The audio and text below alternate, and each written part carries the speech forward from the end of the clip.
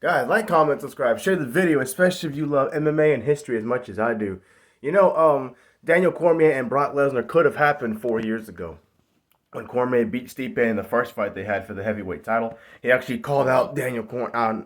No, Daniel won the title. He called out Brock Lesnar. Excuse me, I just burped. And I really wanted Stipe to get that rematch because he was winning that fight up until he got knocked out and he got poked in the eye. That's just my opinion.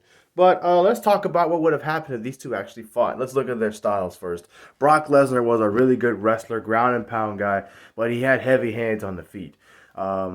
He didn't really do much of leg kicks, but he did throw some knees in some fights. So I would say his skill set's pretty good.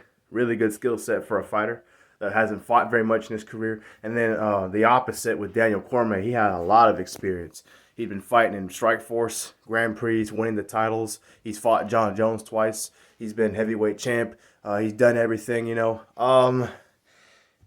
had really good kickboxing. He was good on the feet. He was really good at taking guys down, smothering them, and choking them out. He choked out Dan Henderson before. Dan Henderson was a really good high-level wrestler.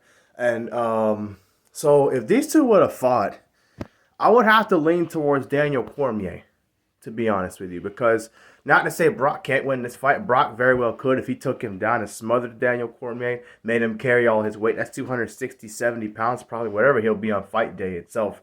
As after the weight cut, people gain weight.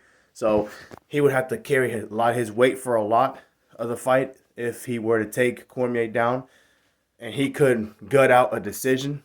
But in my opinion, Cormier probably would have not out wrestled Brock, but would have kept Brock from taking him down. He would have forced that fight to stay on the feet, and Cormier probably would have been too much standing up for Brock Lesnar. Not because he hits harder than Brock or anything, but because his stand-up skills are better than Brock. He has more weapons. The leg kicks, Cormier's willing to go high. That would probably throw Brock off in the fight and leave himself open to getting punched in the face more. Cormier can use body shots. He's a good fighter. He could probably grind Brock out in the clinch and put him up against the fence like he did with Frank Mir. I know Frank Mir and Brock are not the same fighter, but they're about the same size, 260, 70 pounds, maybe 280 something. Who knows? And Cormier was able to utilize that strategy. That fight probably would be a little boring, to be honest. I don't think it'd be much of a slugfest. I think it would go down to who can control the positioning of the fight better. And as much as I know Brock could do it, I think Cormier would be able to do it. The winner would probably win a decision. I don't think you'd see a knockout in that fight. You may see a submission because, again, they're both grapplers. They're both really good with submissions. Brock Lesnar, he choked out Shane Carwin.